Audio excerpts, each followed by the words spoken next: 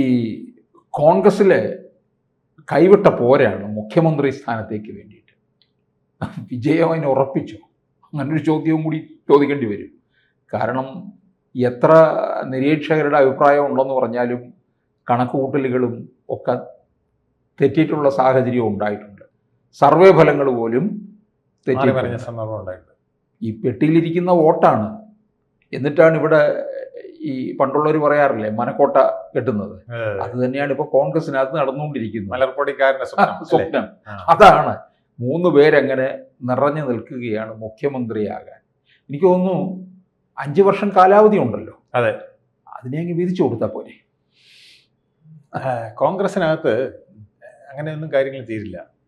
ഞണ്ടിന്റെ കഥ പറഞ്ഞ പോലെ, കുടത്തിൽ കിടക്കുന്ന ഞണ്ടിന്റെ കഥ പറഞ്ഞ പോലെയാണ്. ഒന്ന് മറ്റൊന്നിനെ വലിച്ച് താഴെക്കൊണ്ടേയിരിക്കും.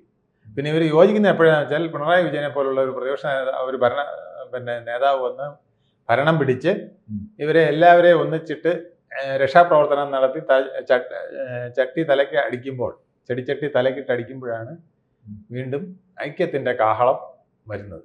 അത് ഇപ്പൊ ആ ഒരു ഭയത്തിന്റെ കാലം കഴിഞ്ഞു എന്ന് തോന്നിയവർക്ക് ഏതായാലും മിനിമം ഭൂരിപക്ഷത്തെങ്കിലും ഞങ്ങൾ വരും എന്നറിയാം. മിനിമം അല്ല, ഒരു 80-85 സീറ്റ് കിട്ടുമെന്ന് തന്നെയാണ് എൻ്റെയും ഉറച്ച വിശ്വാസം. അതിനകത്തൊന്നും മാറ്റം വരാൻ വഴിയില്ല. അപ്പം അത് അവർക്ക് ഏതാണ്ട് കണക്ക് കഴിഞ്ഞപ്പോൾ, കാരണം കേരളത്തിലെ ഇലക്ഷനിൽ ഇപ്പോൾ വേറെ ഒന്നും നോക്കേണ്ട കാര്യമില്ല. ന്യൂനപക്ഷങ്ങൾ എത്ര വോട്ട് ചെയ്തിരിക്കുന്നു, ഭൂരിപക്ഷ വിഭാഗം എത്ര വോട്ട് ചെയ്തിരിക്കുന്നു, ഇത് മാത്രം നോക്കിയാൽ മതി. ന്യൂനപക്ഷ വിഭാഗം എൻ ബ്ലോക്കായിട്ട് 78 സീറ്റുകളിൽ നല്ല ഭംഗിയായിട്ട് വോട്ട് ചെയ്തിട്ടുണ്ട്. പിന്നെ ഒരു 62 സീറ്റുകളിൽ ഞാൻ കണക്ക് പറഞ്ഞില്ലേ, അവിടെ ഭൂരിപക്ഷ വിഭാഗവും വരുന്ന സ്ഥലങ്ങളാണ്. അവിടെ BJPയും CPMും തമ്മിൽ വോട്ട് എത്ര ഡിവൈഡ് ചെയ്ത് പോകുന്നു എന്നുള്ളത് മാത്രം നോക്കിയാൽ മതി. എത്ര കൂടുതൽ വോട്ടുകൾ BJP CPMിൽ നിന്ന് പിടിക്കുന്നു അത്രയും കൂടുതൽ പതനം CPMിന് ഉണ്ടാവുകയും അതിലും കൂടെ 62-ൽ കുറേ സീറ്റുകളും കൂടെ ഇവർക്ക് കിട്ടുമ്പോൾ ഒരു 80-85 സീറ്റ് നിശ്ചയമായും കോൺഗ്രസിന് കിട്ടും. കോൺഗ്രസ് അങ്ങനെ ജയിക്കും. അപ്പോൾ അവർക്കത് നല്ല കൃത്യമായിട്ട് അറിയാം. കേരളത്തിലെ സീറ്റുകളുടെ എണ്ണം പറയാൻ ഒരു ഗണികനും ആവശ്യമില്ല, ഒരു ജ്യോത്സ്യനും ആവശ്യമില്ല, രാഷ്ട്രീയ വിദഗ്ധനെ ആവശ്യമില്ല. ക്രിസ്ത്യാനി താമസിക്കുന്ന എവിടെ, മുസ്ലിം താമസിക്കുന്ന എവിടെ എന്നുള്ള കണക്കെടുത്തേച്ച് പറഞ്ഞാൽ മതി. സീറ്റിൻ്റെ എണ്ണം കറക്റ്റ് ആയിരിക്കും. അതെല്ലാം UDFന്. അല്ലാത്തടത്ത് BJP ഇവർ തമ്മിൽ ഡിവൈഡ് ചെയ്തുകൊണ്ട് പോകും. 3, 4, 5 സീറ്റ് BJPക്ക് കിട്ടും.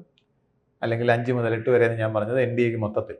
ഇപ്പം കുന്നത്തനാട് പോലുള്ള സ്ഥലങ്ങളിലൊക്കെ പിടിക്കുന്നതെല്ലാം കൂടി ചേർത്ത് അത്രയും കിട്ടിയാൽ തന്നെ അത്ഭുതമെന്നാണ് ഇപ്പോഴത്തെ സ്റ്റേജിൽ പലരും പറയുന്നത്. എന്തായാലും ബാക്കിയുള്ളത് മുഴുവൻ UDFനും LDFനും തമ്മിൽ ഷെയർ ചെയ്ത് പോകും. അപ്പോൾ ഒരു 85 സീറ്റ് UDFന് കിട്ടിയാൽ ബാക്കിയൊരു 50 സീറ്റ് LDFനും കിട്ടാം. ഒരു 5 സീറ്റ് NDA മുന്നണിയിൽ ഉള്ളവർക്ക് എന്നുള്ളതാണ് കേരളത്തിലെ ഒരു ചരിത്രം. അപ്പോൾ ഇതെല്ലാവർക്കും മനസ്സിലായിട്ടുണ്ട്. അപ്പം അതുകൊണ്ട് ഒരു ഗണിക്കലും വേണ്ട. കേരളത്തിലെ രാഷ്ട്രീയ സ്ഥിതി അറിയാം, കമ്മ്യൂണൽ സ്ഥിതി അറിഞ്ഞാൽ മതി. അതാണ് നമ്മുടെ കേരളത്തിൽ വന്നിരിക്കുന്ന ഏറ്റവും ദയനീയമായ ഇന്നത്തെ അവസ്ഥ. നിങ്ങൾ ഏത് ജാതിക്കാരനാണെന്ന് ചോദിച്ചാൽ ഞാൻ പറയാം നിങ്ങൾ ആർക്ക് വോട്ട് ചെയ്യുന്നു എന്ന് പറയുന്ന അവസ്ഥയാണ് ഇപ്പോൾ. വേണുവിനെന്ന് തോന്നുന്നു ഇവർ 3 പേരിൽ ആർക്കാണ് ഇപ്പോൾ KC വേണുഗോപാലൻ ശരിക്കും മാറ്റി നിർത്താം, ബാക്കി ചെന്നിത്തലയും VD സതീശനുമാണ്. ഇവരിൽ എന്തുകൊണ്ടും മുൻപൻ ചെന്നിത്തലയല്ലേ? സംശയം എന്താ? 1970 മുതൽ KSUവിൻ്റെ നേതാവായിട്ട് നിൽക്കുന്ന ആൾ രമേശ് ചെന്നിത്തല. അന്ന് മുതൽ സ്റ്റേറ്റ് ലെവലിൽ ഒരു 75 കൂടി സ്റ്റേറ്റ് ലെവലിൻ്റെ ഭാരവാഹിത്വത്തിൽ വരുന്ന, അത് കഴിഞ്ഞിട്ട് നാഷണൽ ഭാരവാഹിത്വം NSUവിൻ്റെ ഭാരവാഹിത്വത്തിൽ പോയി നല്ല തകർപ്പൻ ഹിന്ദി പ്രസംഗിച്ചുകൊണ്ട് ഇന്ദിരാഗാന്ധിയുടെ കണ്ണിലുണ്ണിയായി മാറിയ, അതിനുശേഷം ഇന്ദിരാഗാന്ധി പറഞ്ഞു ഈ ചെറുക്കനെ വിട്ടുകളയരുത്, ഇയാൾക്ക് നല്ല സീറ്റും കൊടുത്ത് ഇയാളെ വളർത്തിക്കൊണ്ടുവരണം എന്ന് പറഞ്ഞു. അതനുസരിച്ച് കരുണാകരൻ 82-ൽ ഇവിടെ നിർത്തി മത്സരിപ്പിച്ച് നിയമസഭയിൽ കൊണ്ടുവന്ന്, ഹരിപ്പാട്ട് നിന്ന് മത്സരിച്ച് നിയമസഭയിൽ കൊണ്ടുവന്ന്, നിയമസഭയിൽ പിന്നെ ഏറ്റവും കൊച്ചു പയ്യനായിരിക്കും 27ാമത്തെ വയസ്സിൽ കേരളത്തിൻ്റെ മന്ത്രിയാക്കിയ ആളാണ്. ആ കരുണാകരനെ തന്നെ തിരിച്ചും അത് തിരുത്തൽ വാദമൊക്കെ വന്നപ്പോൾ അങ്ങനെ ചെയ്തെങ്കിലും, പക്ഷേ എക്സ്പീരിയൻസിൻ്റെ കാര്യത്തിൽ അദ്ദേഹം മോശമല്ല. 82 മുതൽ കരുണാകരൻ്റെ കൂടെ എത്ര പ്രാവശ്യം മന്ത്രിയായിരുന്നു, എത്ര ക്യാബിനറ്റിൽ മന്ത്രിയായിരുന്നു, എത്ര വർഷം മന്ത്രിയായിരുന്നു. AK ആന്റണിയുടെ കൂടെ എത്ര ക്യാബിനറ്റിൽ എത്ര വർഷം മന്ത്രിയായിരുന്നു. ഉമ്മൻചാണ്ടിയുടെ കൂടെ എത്ര നാളിരുന്നു, എത്ര താക്കോൽ സ്ഥാനങ്ങളിലിരുന്നു. 14ാം നിയമസഭയിൽ പ്രതിപക്ഷ നേതാവായിട്ട് ക്യാപ്റ്റനായിരിക്കുന്ന പിണറായി വിജയനെതിരെ എന്തെല്ലാം അഴിമതി ആരോപണങ്ങളും പ്രശ്നങ്ങളും കൊണ്ടുവന്ന് ശക്തമായൊരു പ്രതിപക്ഷ നേതാവായിട്ട് അദ്ദേഹം ആക്ട് ചെയ്തില്ലേ. കേന്ദ്രത്തിൽ അദ്ദേഹത്തിന് പിന്നെ വിവിധ സംസ്ഥാനങ്ങളിൽ പോയി ഇലക്ഷൻ്റെ കാര്യങ്ങളൊക്കെ നോക്കി അദ്ദേഹത്തിനുള്ള എക്സ്പീരിയൻസ് എത്രയാണ്. ഇന്ന് അവരുടെ കേന്ദ്ര ഹൈക്കമാൻഡിലെ ഏറ്റവും പ്രധാനപ്പെട്ട വർക്കിംഗ് കമ്മിറ്റിയിലെ ഒരു അംഗമാണല്ലോ അദ്ദേഹം. ക്ഷണിതാവാണെങ്കിൽ പോലും അദ്ദേഹം ഒരു അംഗമായി. അപ്പോൾ ഇതുപോലെ എല്ലാ വിധത്തിലും അദ്ദേഹമാണ് കേരളത്തിൽ മുഖ്യമന്ത്രിയാവാൻ ഏറ്റവും യോഗ്യൻ.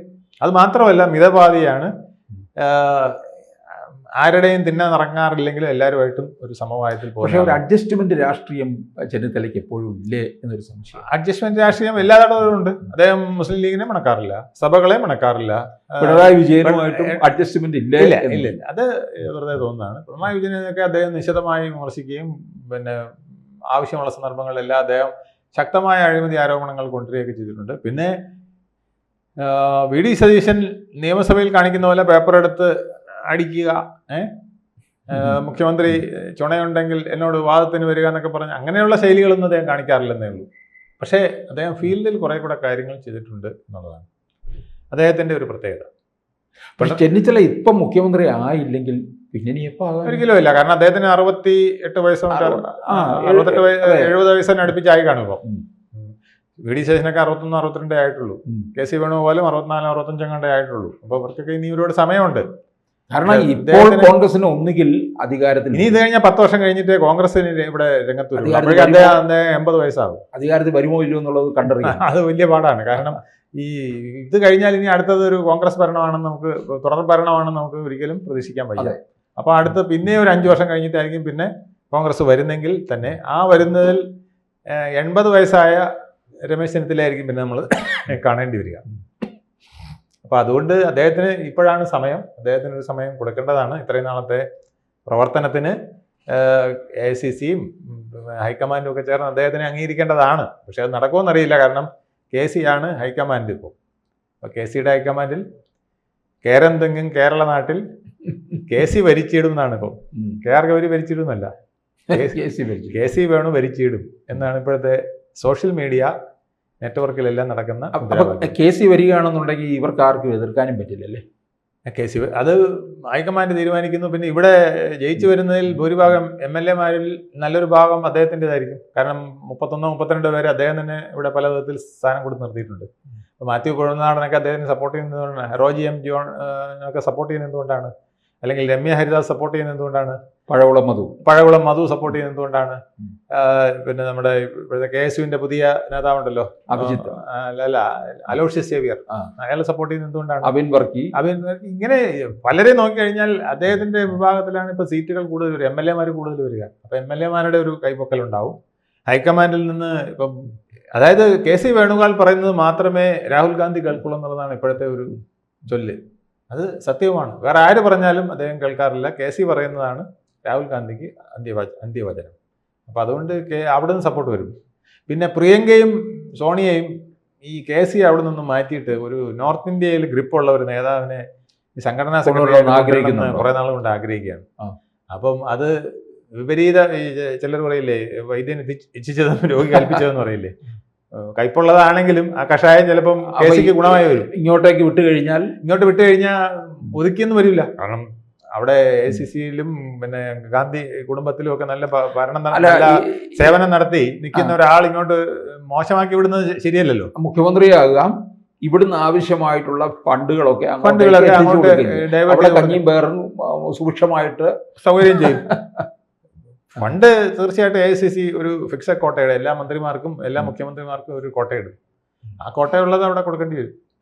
അത് KC ഒപ്പിച്ചു കൊടുക്കും. ഇത് പണ്ട് മുതലേ ഉള്ളതാണ്. സോണിയാഗാന്ധി പണ്ട് മുതലേ ചെയ്തുകൊണ്ടിരുന്ന കാര്യങ്ങളാണ് ഇത്തരം കാര്യങ്ങളൊക്കെ. അതൊക്കെ അവർ ആവശ്യപ്പെടുമ്പോൾ കൊടുക്കേണ്ടി വരും. പക്ഷേ കേരളത്തിലെ മുഖ്യമന്ത്രിയായിട്ട് അങ്ങനെ വന്നുകൂടായികയില്ല. പിന്നെ വി ഡി സതീശനെ സംബന്ധിച്ചുള്ള ഒരു ഗുണം, വി ഡി സതീശന് ലീഗിൻ്റെ സപ്പോർട്ട് കിട്ടുമെന്നുള്ളതാണ്. ജമാഅത്തെ ഇസ്ലാമി അവരെ വെള്ളപൂശിയ വി ഡി സതീശനെ കളയാൻ ലീഗ് തയ്യാറാവുമെന്ന് എനിക്ക് തോന്നുന്നില്ല. പിന്നെ ഏറ്റവും പ്രധാനപ്പെട്ട കാരണം, ഇപ്പോൾ പാർലമെൻറ്റിൽ ഗാന്ധി കുടുംബത്തിലെ ഏറ്റവും ഇന്ദിരാഗാന്ധി കുടുംബത്തിലെ അല്ലെങ്കിൽ രാജീവ് ഗാന്ധി കുടുംബത്തിലെ ഏറ്റവും ഇളം തലമുറക്കാരായ മോനെയും മോളെയും പാർലമെൻറ്റിൽ കയറ്റിവിട്ടത് ആരാണ്? പാണക്കാട് തങ്ങളുടെ കൃപ കൊണ്ടല്ലേ. അപ്പോൾ അവിടെ നിന്ന് വരുന്ന ഒരു തെട്ടൂരം ഏത് ഹൈക്കമാൻഡിനും കേൾക്കാതിരിക്കാൻ കഴിയില്ല. അപ്പോൾ വി ഡിയുടെ ഭാവിയും അത്ര ശോഭനമല്ലാതൊന്നുമല്ല. അത് വി ഡി ഇതൊക്കെ കണ്ടുകൊണ്ടാണ് ഈ തിണ്ണ നിരങ്ങില്ല എന്ന് പറഞ്ഞാലും ചില തിണ്ണകൾ നിരങ്ങാൻ, സെനഡിൻ്റെ തിണ്ണയും CSIയുടെ തിണ്ണയും ഒക്കെ ആവശ്യത്തിന് നിരങ്ങാനായിട്ട് തയ്യാറാകുന്നതിൻ്റെ ഉദ്ദേശം അതാണ്. അല്ലെങ്കിൽ ലാറ്റിൻ തിണ്ണകൾ അദ്ദേഹം നിരങ്ങാത്ത തിണ്ണ, കണിച്ചിക്കുളങ്ങര തിണ്ണ അദ്ദേഹം ഒട്ടും നിരങ്ങില്ല. പിന്നെ സുകുമാരൻ നായരുടെ പെരുന്ന തിണ്ണയിലും അദ്ദേഹത്തിന് വലിയ താല്പര്യമില്ല. ബാക്കി തിണ്ണകളൊക്കെ അദ്ദേഹം നിരങ്ങുന്നത് അദ്ദേഹത്തിനറിയാം. ആ തിണ്ണകൾ നിരങ്ങിയാൽ ആ നിരങ്ങുന്ന ചന്തി മുഖ്യമന്ത്രിയുടെ കസേരയിൽ കൊണ്ടുവയ്ക്കും അവർ.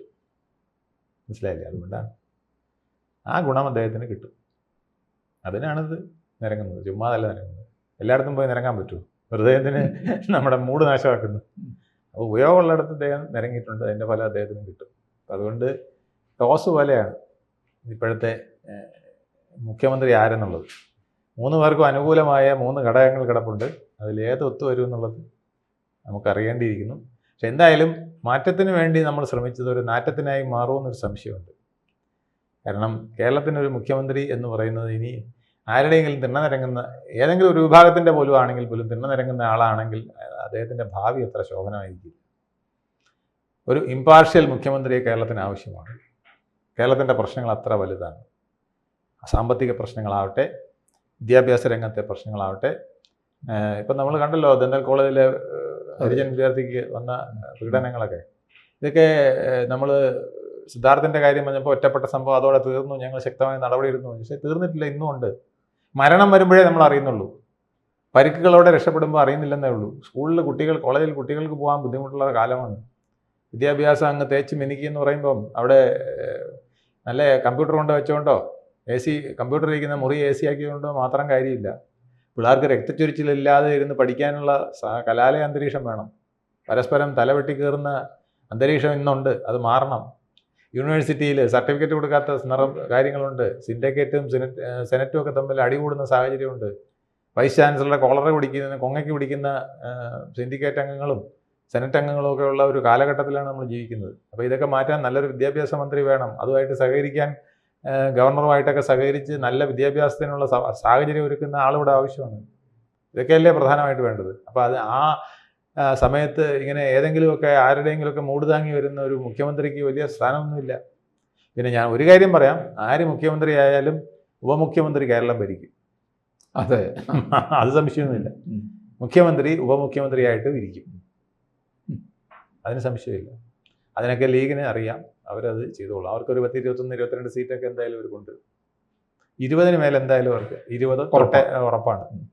21, 22 ആവാം. പേരാമ്പ്രയൊക്കെ ജയിക്കുകയാണെങ്കിൽ, TP രാമകൃഷ്ണനെയൊക്കെ തോൽപ്പിക്കുകയാണെങ്കിൽ ഒരു 22 സീറ്റെങ്കിലും അവർക്ക് കിട്ടാൻ ചാൻസ് ഉണ്ടെന്ന് എനിക്ക് തോന്നുന്നു. അങ്ങനെ ഒരു ലീഗ് യുഗം പിറക്കും. ഉപമുഖ്യമന്ത്രി സ്ഥാനം അവർക്ക് കിട്ടും. ഉപമുഖ്യമന്ത്രി മുഖ്യമന്ത്രിയാവും. കൂടുതൽ വാർത്തകളും വിശേഷങ്ങളും നിങ്ങളിലേക്ക് എത്താൻ ABC മലയാളം സബ്സ്ക്രൈബ് ചെയ്യുക, ബെൽബട്ടനും അമർത്തുക.